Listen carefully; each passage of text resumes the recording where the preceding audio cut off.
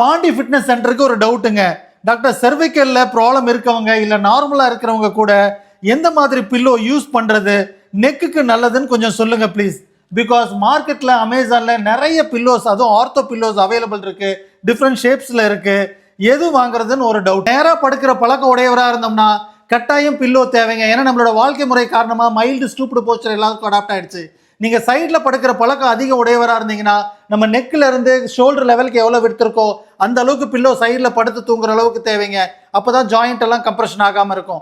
நீங்க கவுந்து படுக்கிற பழக்கமா இருக்கவங்களா இருந்தீங்கன்னா எந்த பில்லோவுமே தேவையில்லைங்க, கம்ஃபர்டபுளா படுக்க முடியும். சிலர் பில்லோவே இல்லாம சின்ன வயசுல இருந்து பழகி இருப்பாங்க, அதுவும் தப்பு கிடையாதுங்க, நீங்க யூஸ் பண்ணலாம். ஆக மொத்தம் என்னோட கன்க்ளூஷன் என்னன்னா, எந்த வகையான பில்லோ இருந்தாலும் சரி இல்லைனாலும் சரி நெக்குக்குன்னு ஒரு ஃபிளெக்சிபிலிட்டி ஸ்ட்ரென்த் இருக்குங்க.